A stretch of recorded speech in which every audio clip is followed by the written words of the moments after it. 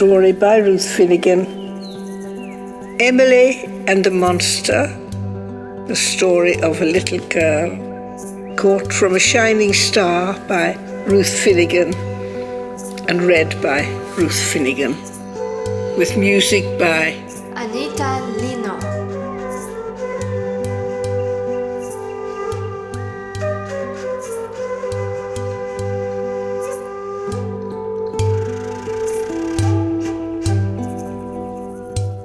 Once upon a time, there was a little girl. She was born here on earth. No, not in heaven, dear children, but that was where she came from, truly where she belonged, heaven. Yes, heaven, and you know where that is, don't you? No? Where do you think you came from then? And what was the little girl called? Good question. I'm not quite sure. She was very wise, so perhaps she was called by the name the same as you. You know what that is, don't you? A lovely name with a beautiful meaning.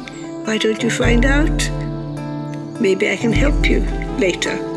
All right then, you can call her by that name, your name. Why not? Lovely. But I thought that I would call her Emily.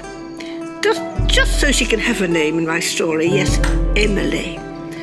Because that is such an extra special, beautiful name, just like her. And you know what? I think that it must be right. I must be right, because that is exactly what her parents called her. Emily. Yes, Emily. They call her Emily. Emily. Short, sweet, just like her, like Emily. And they both loved her very, very, very much, Emily. And you know what Emily wanted most, more than anything? Well, of course, that her parents would love her forever. Well, yes, of course, but she knew that already. She had that already for always. No need to wish, just be glad. Babies can't smile at first, you know that? But I think she did somewhere inside. She was a special, magic little baby, you know. And as well as that one day, soon or late, it did not matter, she would go back into heaven, she knew that, and be loved there, and shine forever. What else did she wish for? Go on. Guess. For her birthday that had just happened. So when her parents asked, "Dear Emily, what do you want for your birthday?" she interrupted at once. Sometimes you just have to interrupt, don't you? Sometimes, not too often, mind you, just sometimes. At the extra all-important times. So she did, she interrupted. At once, I tell you, interrupting.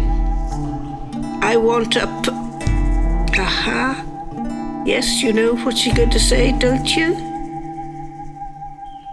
Well, no, actually she didn't not say it. She had to just think it, because she was too little to talk for herself. You know what babies are like, don't you? You don't? Well, then you will just have to wait till you have one of your own. Sometime you'd love that. She couldn't say it herself then, so you will just have to say it for her. Or even better, dance it. Come on then, all of you. Come on. Or maybe her little brother when he comes. So what did she want? Aha, go on. Guess. You know really, don't you? A little thing she could love all for herself and care for and train maybe. Her parents might help with that. And her friends, yes, of course she had friends, a lot of them. They were called nurses. I expect you've heard of them. They're wonderful, you know. And clean up after. No, her parents wouldn't help with that, would they? And play with just her and love. Yes. I think you just might be right. Yes, a puppy. A sweet, lovely, cuddling, mischievous, furry, good, wicked, loving puppy. A puppy. Her parents looked at each other. Puppy. Oh, she's too little. When she's... Little baby looked at them. She knew that wouldn't happen. That when she is... They knew too, really. Just they couldn't think. She was sad. Oh, well. She knew her parents loved her. And her little brother that was coming. Maybe even better than a puppy. Did she get one in the end, you're asking? Just wait, children. Listen hard. That would love her for always, her parents. The nurses, too, inspiring them. That was what really mattered. And she loved them all right back, even if she couldn't say it in words. Especially her dear, dearest parents, whatever. Well then, what happened? What happened next? Just wait. Her father went away on a long journey. He was sad to be away from his little star that he loved, his Emily, especially if she was a falling, shooting, shining star, but he had to go for his work. He finished quick as he could. He started home. Quick, he started. Quick home. On his way, he heard a strange sound by the roadside. He stopped to listen. Was it some monster animal? Yes, it was. Oh, it was. Just imagine it, dear children. Out bounded a huge, barking, howling, yowling, growling dog. What could he do? Suddenly something came into his mind. The story that his mother once told him when he was little. It was called Beauty and the Beast. Yes, that was it. Do you know it, children? Why not ask your parents to tell it to you, or your teacher? Or maybe your library has a book about it. He remembered the story. It's all right, the story ends happily, because yes, you guessed, because of love. That's always the answer, the cure, the healing, love. The story was that the first thing he met when he got back, he would have to bring to that horrible monster, or the monster would eat him all up. Give it to the monster, to that dreadful, cruel, horrible monster dog. Wow! Oh! Bark! Yo! But he wasn't going to do that. No way. So he just ran away. Ran off back home faster than the dog. So no nasty story, he thought. But the monster dog knew the story too very well, very well. So he just thought his dog thinks. Thought them very loud. Just like his barks, his growls, he said them ahead, loud and clear. Bark, bark, bark. Right to where the father was getting nearer home. Home to his Emily. And who do you think, just who do you think he met first? Go on, who? No one. Got you. No one. But who did he think of first? Emily. Well, yes, of course, Emily. He thought of her the very first thing when he saw his house in the distance. And he walked slower and slower, hoping, thinking, wanting to see his little beautiful Emily, his own. But the dog knew where he was far away. He knew well, and he pulled the little girl towards him. Very hard. No chance for her. Her father fought him. Go away. So did her mother. Go off, leave us, sit down there, stay there where you are. Do not come near us, oh Emily. But he was just like a little puppy, like the puppy Emily wanted. He didn't listen, not one little bit. He didn't sit, he didn't stay, not at all. Well, you know what puppies are like, don't you? Some children do. Not you, of course, no. The father was very sad when he heard the dog yowling, growling, growling, howling for his enemy. His Emily, oh, his own Emily. The mother was too, she knew. So did the nurses, really. Though they were trying hard, very, very hard. They were lovely, lovely. Isn't that a lovely word? Lovely. But Emily said, "My dear ones, my beloved, do not cry. I must go. The black dog is calling me. Even if it is to die, I must go. It is my destiny, my wish. Not ours, sobbed his parents. No, no, no." And they found charms and herbs and physic and medicines to try to hold her back with them. But the black dog was calling her, the monster calling his beauty away from her world, our world. She couldn't stay. "If it is your wish," began her mother, but could not go on. For tears, sometimes tears are good, dear children, are they not? But sad. "If it is your wish," began her father. He was crying too. Men do, you know, sometimes when it's needed. Even the strong ones, especially the strong ones, I think, don't you? When it is needed. "It is my wish," said the little girl. "It must be. And look.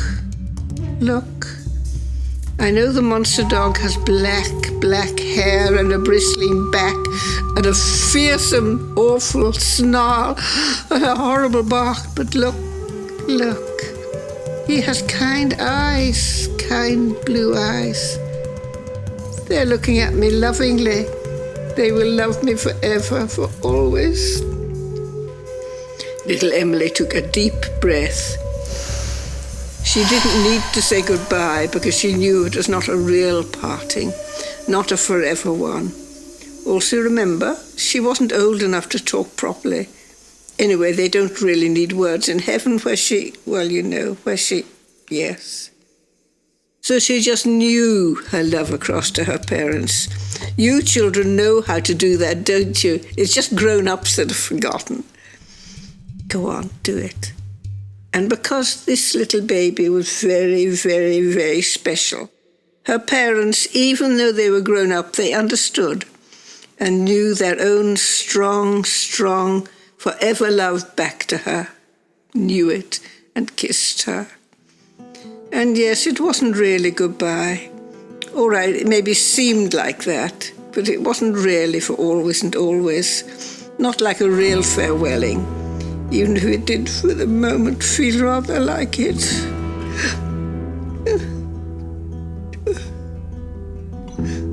Well, anyway, for she was very brave, like her mother. Anyway, she took a deep, deep breath. Again. Though deep breaths were getting a little hard for her now, because she was just a little, well, not exactly frightened, fearful, just like you might be going into the dark alone. But she did it. Whew, like you would, even if you were a little afraid or a little bit fearful. She knew her mother wouldn't let her suffer, whatever. So she went into the deep, dark tunnel of the trees, the tunnel that had no end, that seemed to have no end. Yes, she did it. Quietly, gently. She slipped away into the darkness. No crying. She held up her head, even though it was getting very heavy, and heavier, and her breath struggling. Fainter, but her heart held high, because she was loved, because she knew she was loved always, forever. For that, dear children, is what love does. That's what love is for. for a little one going along into the dark. Alone, but not really alone, for she was loved. And at first all the little girl could see was nothing. Nothing. And then, no, not nothing. It was the black of that fearsome monster dog, the black, hard, bristly hair. Oh, save me. She was frightened, yes, she was. Just a little, a big little. If she'd had teeth, they would have chattered just a little. But she didn't, so that was all right too. That was all right, she was too little.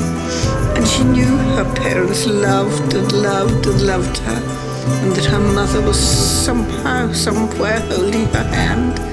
Somehow, even though she wasn't exactly there, still she was holding her all the way, even after she arrived to wherever it was she was going to arrive to. Was it easy?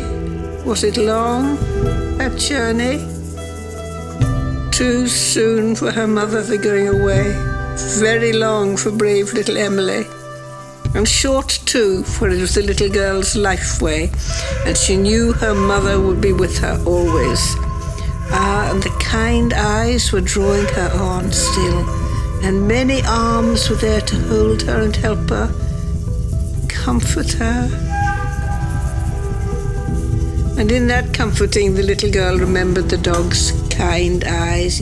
Yes, there they were, glowing for her, welcoming her as they looked at her, just like the little puppy she loved.